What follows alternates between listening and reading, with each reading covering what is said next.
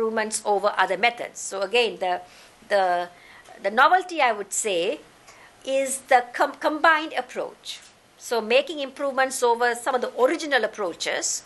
So if you look at the original approaches, here are the Malouf's paper using Ngram and Peng Liu's paper developing sig-free, but we are combining some of the interesting techniques and doing assembly and code, control flow, dynamic library linking, and combining all that, we are developing a system that is improved.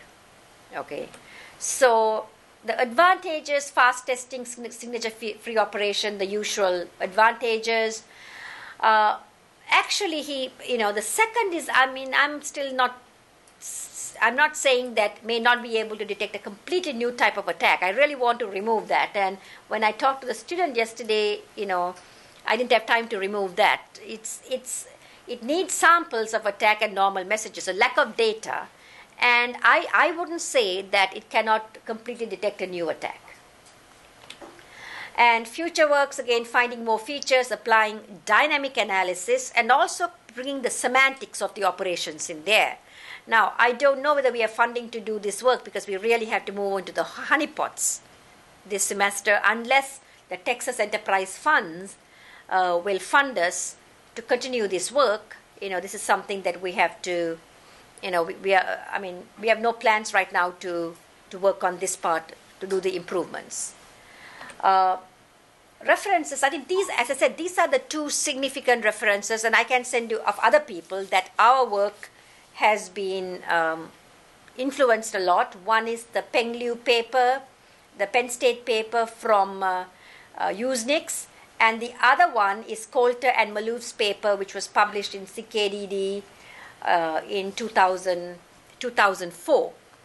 Okay, and I think this one I'm going email worm detection, which was actually carried out before. Currently, the work that we are doing in terms of hybrid models and also the buffer overflow models, that has sort of superseded. We started off initially after our work in intrusion detection. Actually, then we started off with email worm detection, and this was the beginning of last year.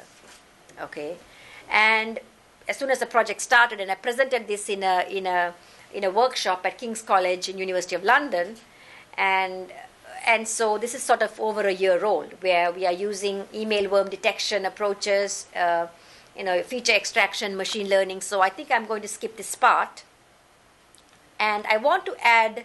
Okay, so I think I'm going to skip this part and see if conclusions and future work. Okay, we have looked at three approaches now. Essentially, we have three techniques, so we can sort of develop, sort of three tools. One is applying the classification directly. Okay, the second one, applying dimension reduction, principal component analysis, and then classify. Apply feature selection and then classify. Okay, decision tree we feel as the best performance in terms of the classification methods. Okay, this is for classification. Remember, support vector machines and decision trees. Future plans combine content-based with behavioral approaches, but what we are more interested right now is to carry out these offensive operations. So this year, the focus actually, we should have started a few weeks ago, is to develop these honeypots.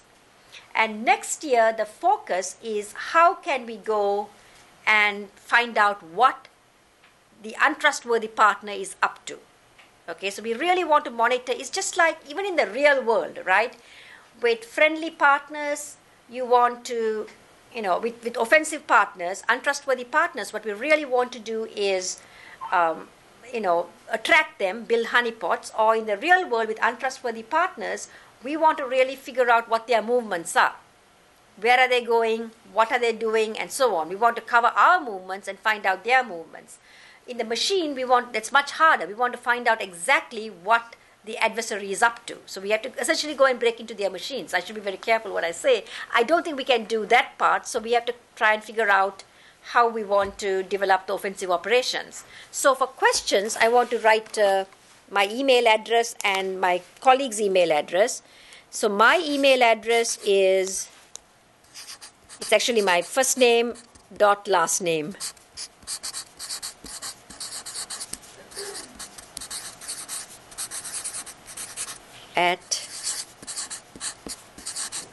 So if you would like copies of any of our papers, actually there are 3 papers in this part, and my colleague is.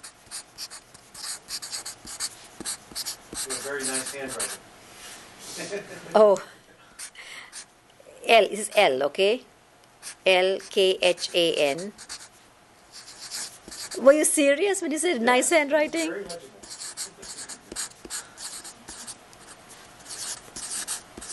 Okay, so again, if you can take it down. And one other thing I wanted to mention, okay, all of these, which I didn't, because you got the expert here on privacy, privacy preserving data mining, and then there are also other people who have done a lot more on privacy than I have, although I kind of started some of this area back in, 10 on inference problem, and when I was at NSF privacy problem. Elisa has done some very good work, and now I hear Sunil's doing work on privacy, and even Walid is doing some work on privacy, you said, right? And Sunil's doing quite a bit of work, he said.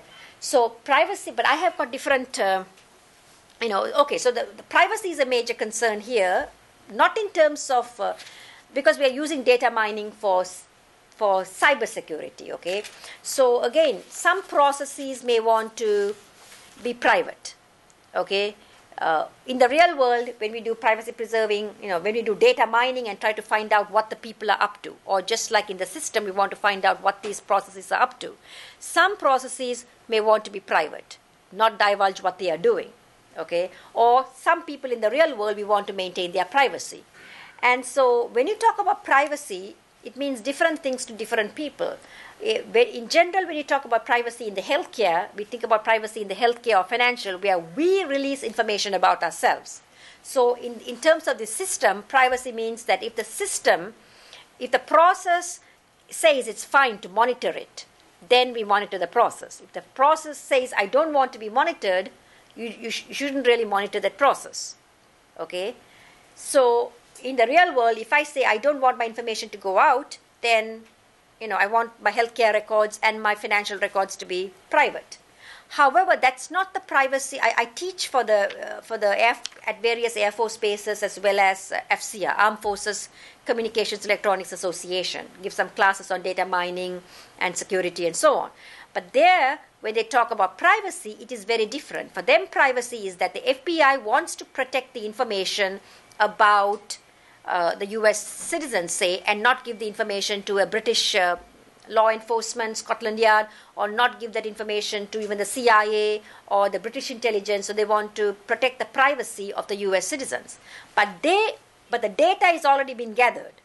Okay, so FBI will decide what information to release. So again, that sort of becomes the confidentiality problem, not privacy in terms of the way we look at privacy. So what they tell me, and that's what Elisa Bertino and I have been, and with a colleague in California, we've been trying to have a workshop at NSF, which is getting dragged, and we are hoping that we'll have this workshop, because what the government people, when they take my classes, they tell me privacy preserving data mining, or what you are talking about privacy, is not going to help us at all, because we want to have all the data, okay? So we don't want to protect, not that we don't want to, but we want to have all of the data. We want to determine what private information we want to release to another agency.